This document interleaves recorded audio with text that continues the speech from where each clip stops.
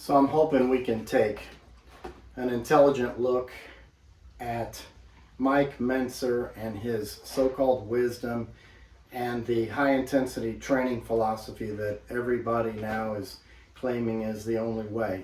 Okay, now I've been doing some research, and I'll qualify myself as I'm 60, almost 60, weeks away from being 60, and I'm a competitive amateur athlete, and I have been for a long time. I'm not a big weightlifter. I just use weights and training just to be good at sports, and I'm still good at sports at the age of 60.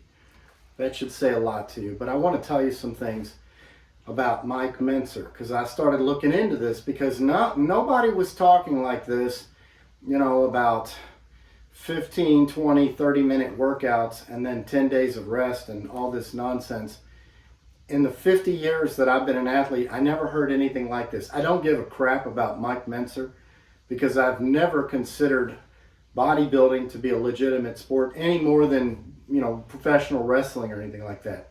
It's nonsense, okay?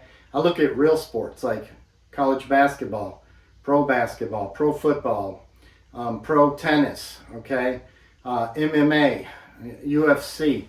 These are legitimate sports. There's a lot of them, you know, World Cup soccer.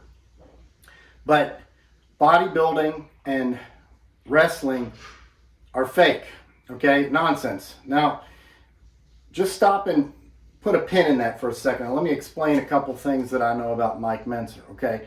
I started listening to his videos that everybody's watching on the internet, and I also went ahead and wasted $15 on a used copy of the Wisdom of Mike Mentzer, okay?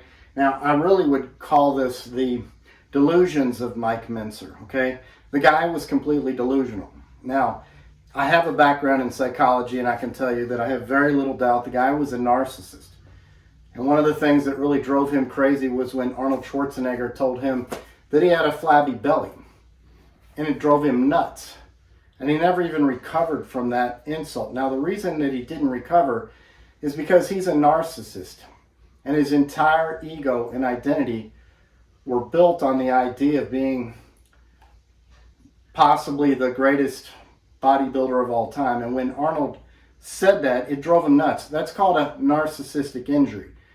He sustained a narcissistic injury. Now, let me tell you about his diet. This is a book called Eat to Win, okay?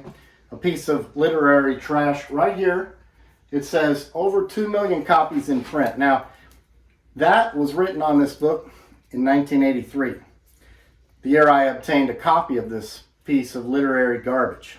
Literary garbage. Eat to Win by Dr. Robert Haas. Supposed, nutritional book that at the time it seemed to revolutionize the sports industry. The list of professional athletes that became disciples of this guy reads like a who's who in Hollywood and professional sports, okay? And the athletes that were following this fake guru, they all started crashing, including myself, because I bought a copy of this book. I was a competitive amateur athlete at the time, and I started following this program, and my performance started to go down. The other day I was listening to Mike Mentzer, and I found similar writing in here that makes it very obvious to me that somebody was plagiarizing somebody's work. Okay? The way that Mike Mentzer talks about this high carb, low fat diet that doesn't need a lot of protein, it reads exactly like Dr. Robert Haas.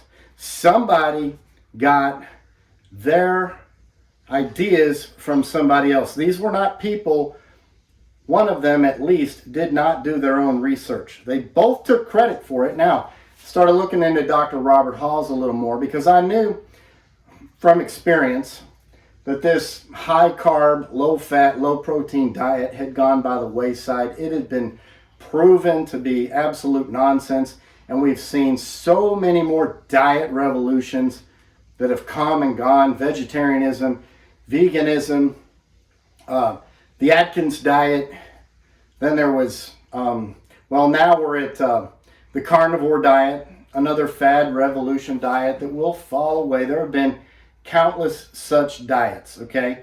And that's what Mike Mentzer was promoting. Now, let me just give you a little more information about Mike Mentzer, okay? Now, in his earlier teachings and writings, he pointed out that he exercised and trained 6 days a week for 3 hours a day, okay? He won a lot of competitions at the 6 days a week, 3 hours a day. Then he fell into this high intensity training very near the end of his career, And he also got into this eat to win style of diet, okay? His career did not last long after that, okay? Once he got on to HIT and once he got on to Dr. Robert Hawes' pseudoscience. By the way, Dr. Robert Hawes is like a PhD in philosophy or something like that. He's not a real medical doctor, even though he insinuated that he was, okay? He's also a songwriter in Nashville, okay? He's written hits for Cher and people like that, okay? He's a rock and roller. He's a long-haired, hippie rock and roller that came out with a nutrition book that it appears Mike Mentzer was reading late in his career before he crashed. Now, a little bit more information about Mike. Mike didn't want to be photographed or videotaped almost at all after he retired. Okay, his body gave out. He aged terribly. By the time he was in his early 40s, he looked like he was 70. He died of a heart attack in the age of 49, and then his brother, who was his training partner, died a few days later. And now, all of his teachings and his so-called wisdom of Mike Mentzer are all over the place, and all of you who have no ability to think for yourselves are following this guy that died of a heart attack at age 49. Now, I am now 20 years older than Mike Mentzer was when he died. I plan on living, hopefully, we never know how much time we have.